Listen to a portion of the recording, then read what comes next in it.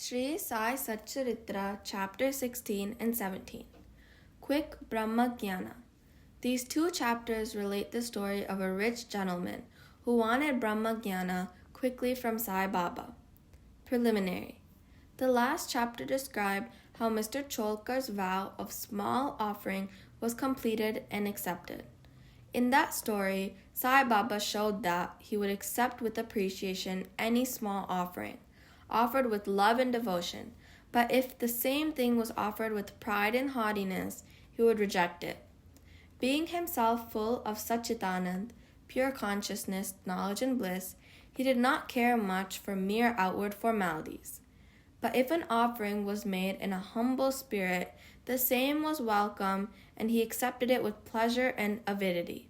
In fact, there is no person more generous and benevolent than a Sadguru, like Sai Baba. He cannot be compared to the Chintamani jewel, the Kalpa Vriksha, the tree which yields our desires, or the Kamadhenuvu, the celestial cow which yields what we desire.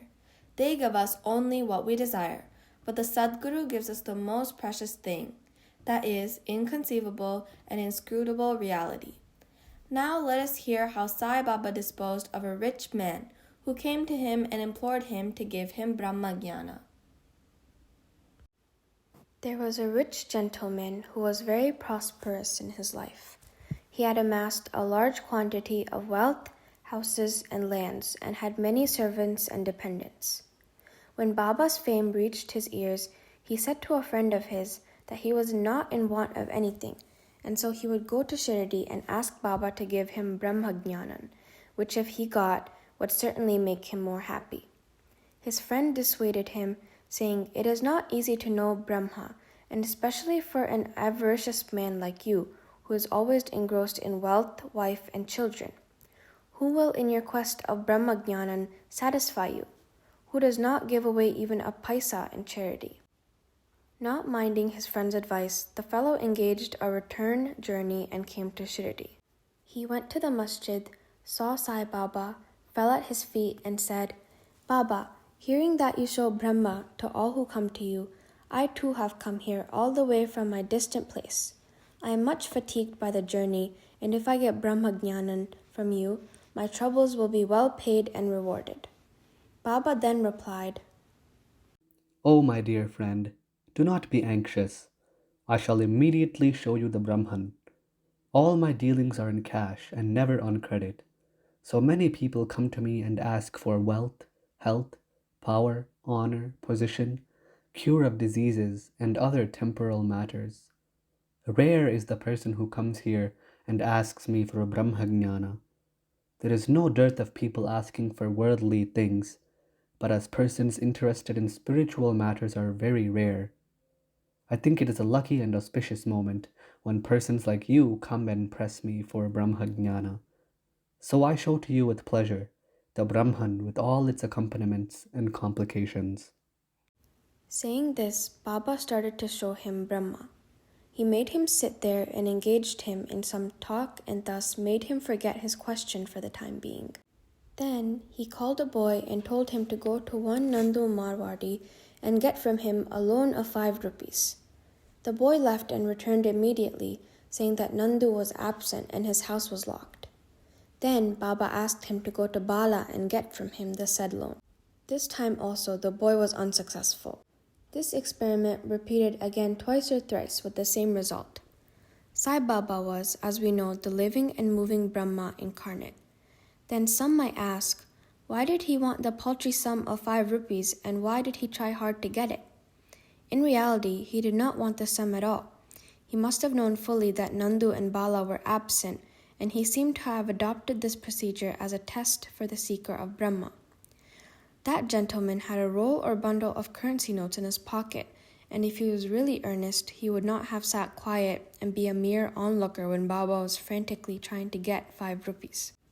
He knew that Baba would keep his word and repay the debt, and that the sum wanted was insignificant. Still, he could not make up his mind and advance the sum. Such a man wanted from Baba the greatest thing in the world, Brahma Jnanan. Any other man who had loved Baba would have given him 5 rupees at once instead of being a mere onlooker. It was otherwise with this man. He advanced no money, nor did he sit silent, but began to be impatient, as he was in a haste to return, and implored Baba, saying, "O Baba, please give me Brahmagyanan soon." Baba replied, My dear friend, did you not understand the procedure I went through to enable you to see the Brahman? In order to see the Brahman, one has to surrender 5 things: the 5 pranas, the 5 senses, the mind, the intellect, and the ego. This path of Brahmajnana is as hard to tread on as the edge of a razor. Sai Baba then gave a rather long discourse on the subject, the purport of which is given below. Qualifications for Brahmagyanan or self-realization. All persons do not see or realize the Brahma in their lifetime. Certain qualifications are absolutely necessary. 1. The intense desire to get free. He who thinks that he is bound and that he should get some free bondage and works earnestly and resolutely to that end and does not care for any other thing is qualified for the spiritual life. 2. Virakti, or a feeling of non-attachment with the things of this world and the next. Unless a man feels disgusted with the things, emoluments, and honors which his actions would bring in this world and the next, he has no right to enter into the spiritual realm. 3. Antarmukha, or introversion. Our senses have been created by God with the tendency to move outward, and so man must always look outward and not inward. He who wants self-realization and immortal life must turn his gaze inwards and look to his inner self. 4. Catharsis, or eliminating all base ideas and emotions. Unless a man has turned away from wickedness and stopped from doing wrong, and has entirely composed himself, and unless his mind is at rest, he cannot gain self-realization even by means of knowledge. 5. Right conduct. Unless a man leads a life of truth, penance, and insight, a life of celibacy, he cannot get God realization. 6. Preferring of Shreyas to Preyas. There are 2 sorts of things, the good and the pleasant. The former deals with spiritual matters and the latter with mundane matters. Both these are open for man for acceptance. He has to think and choose one of them. The wise man prefers the good to the pleasant, but the unwise, through greed and attachment, chooses the pleasant. 7. Control of the mind and senses. The body is the chariot, and the self is its master. Intellect is the charioteer, and the mind is the reins. The senses are the horses, and the sense objects are their paths. He who has no understanding and whose mind is unrestrained has his senses unmanageable, like the stray horse of a charioteer, but does not reach his destination, but goes through the rounds of births and deaths. But he who has understanding, of whose mind is restrained, and has his senses under control, like the good, obedient horse of a charioteer, reaches the destination of self-realization. Therefore, he is not born again. The man who has understanding as his charioteer and is able to rein his mind reaches the end of the journey, which is the supreme abode of the all-pervading Vishnu. 8. Purification of the mind. Unless a man discharges satisfactorily and disinterestedly in the duties of his station in life, his mind will not be purified, and unless his mind is purified, he cannot get self-realization. It is only in the purified mind that Vivek crop up and lead on to self-realization. Unless egoism is dropped, avarice got rid of, and the mind made desireless, self-realization is not possible. The idea that I am the body is a great delusion, and attachment to this idea is the cause of bondage. Leave off this idea and attachment, therefore, if you want to reach the goal of self-realization. 9. The necessity of a guru. The knowledge of the self is so subtle and mystic that no one can, by his own individual effort, ever hope to attain it. So, the help of another person or a teacher who has himself got self-realization is absolutely necessary. What others cannot give with great effort and pains can be easily gained with the help of such a teacher, for he has walked on the path himself and can easily take the disciple step by step on the ladder of spiritual progress. 10. And lastly, the grace of the Lord is the most essential thing. When the Lord is pleased with anybody, he gives him viveka and vairagya and takes him safe beyond the ocean of mundane existence. The self cannot be gained by the study of Vedas, nor by intellect, nor by learning. He whom the self chooses gains it. To him the self reveals its nature, says the Upanishad. After the dissertation was over, Baba turned to the gentleman and said, Well, sir, there is in your pocket the Brahma in the form of 50 times 5 rupees, 250 rupees. Please take that out. The gentleman took out from his pocket the bundle of currency notes, and to his great surprise found on counting them that there were 25 notes of 10 rupees each. Seeing this omniscience of Baba, he was moved and fell at Baba's feet and craved for his blessings.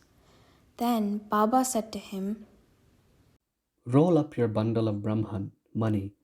Unless you completely get rid of your greed, you will not attain the real Brahman. How can he, whose mind is engrossed in wealth, progeny, and prosperity, expect to know the Brahman without destroying his attachment for the same? The illusion of attachment or the love for money is a deep whirlpool of pain, and it is full of crocodiles in the form of conceit and jealousy. Only he who is desireless can cross this whirlpool. Greed and Brahma are as poles as under. They are eternally opposed to each other. Where there is greed, there is no room for thought or meditation on the Brahman. Then how can a greedy man get dispassion and salvation? For a greedy man, there is no peace, contentment, or certainty.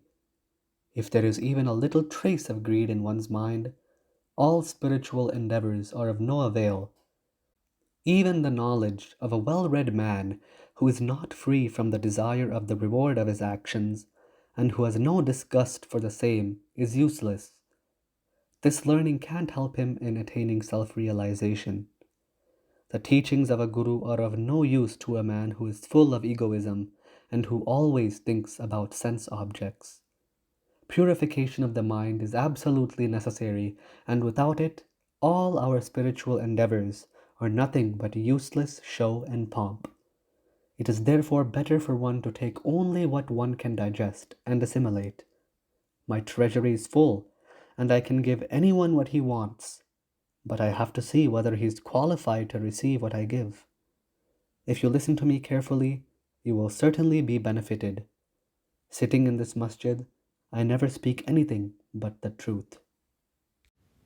When a guest is invited to a house, all the members of the household and other friends and relations that happen to be present are entertained along with the guest. So all those that were present in the masjid at the time could partake of the spiritual feast that was served by Baba for the rich gentleman. After getting Baba's blessings, one and all, including the gentleman, left the place quite happy and contented. Special characteristics of Baba. There are many saints who, leaving their houses, stay in forests, caves, or hermitages in solitude in order to get liberation or salvation for themselves. They do not care for other people and are always self-absorbed. Sai Baba was not such a type. He had no home, no wife, no progeny, nor any relations, near or distant. Still, he lived in the world. He begged his bread from 4 or 5 houses, always lived at the foot of the neem tree, carried on worldly dealings, and taught all the people how to act and behave living in this world. Rare are the sadhus and saints who, after attaining God vision, strive for the welfare of the people. Sai Baba was the foremost of these, and therefore, blessed is the country, blessed is the family, and blessed are the chaste parents where this extraordinary, transcendent, and precious and pure jewel was born. Bow to Sri Sai, peace be to all.